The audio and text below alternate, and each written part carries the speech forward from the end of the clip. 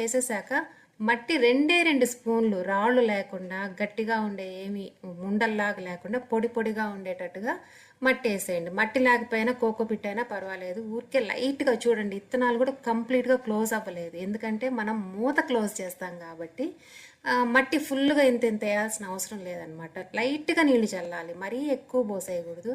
చూసారా, బాక్స్ అడుగున కింద 2 స్పూన్లు, మధ్యలో రెండు స్పూన్లు 3 స్పూన్లు గింజలు, పైన మట్టి.